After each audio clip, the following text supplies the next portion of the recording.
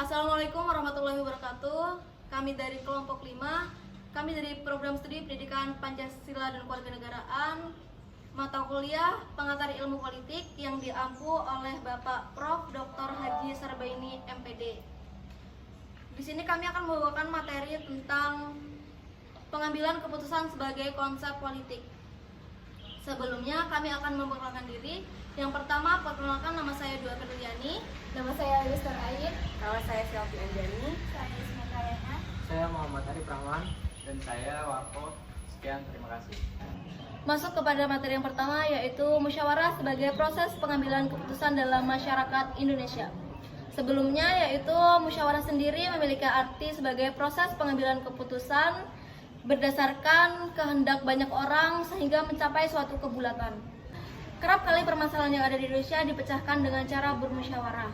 Keputusan bukan berarti diambil dari suara terbanyak. Keputusan diambil dari hasil musyawarah yang sudah dimufakati. Keputusan adalah hasil dari penyelesaian masalah. Musyawarah sendiri memiliki syarat, yaitu memiliki agenda yang jelas. Adapun manfaat dari musyawarah yaitu bisa menyelesaikan masalah. Adapun hal-hal yang harus dihindari pada saat pelaksanaan bermusyawarah. Hal yang dihindari yaitu menyampaikan pendapat dengan cara emosi sehingga menciptakan suasana yang tidak nyaman dan tidak kondusif.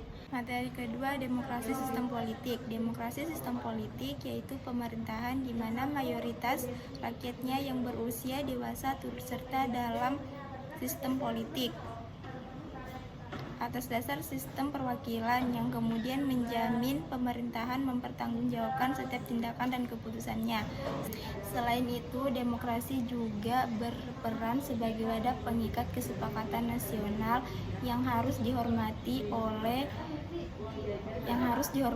dan dijaga oleh seluruh masyarakat.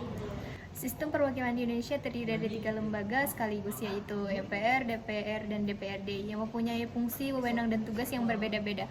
MPR masih bersifat institusional dengan anggotanya adalah anggota DPR dan DPD. MPR merupakan lingkungan legal karena mempunyai kepemimpinan, amanat, dan kewenangan tersendiri sehingga menjadikannya organisasi perwakilan dan perwakilan ketiga saja. Ketetapan MPR adalah keputusan majelis yang mempunyai kekuatan hukum mengikat keluar dan ke dalam, dan keputusan MPR adalah keputusan majelis yang mempunyai kekuatan hukum mengikat ke dalam majelis.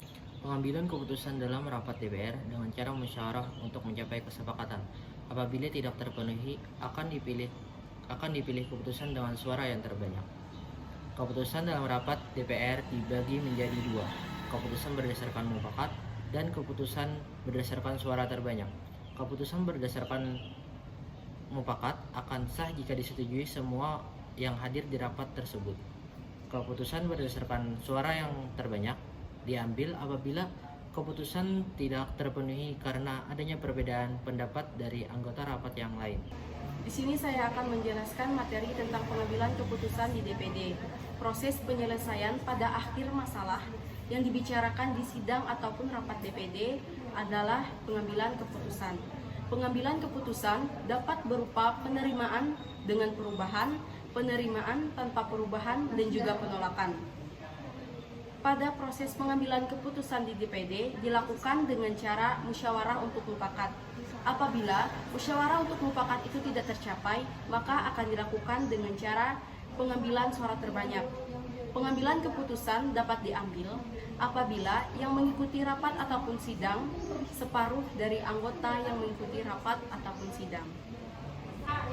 Baik, di sini saya akan menjelaskan tentang pengambilan keputusan di DPRD atau Dewan Perwakilan Rakyat Daerah.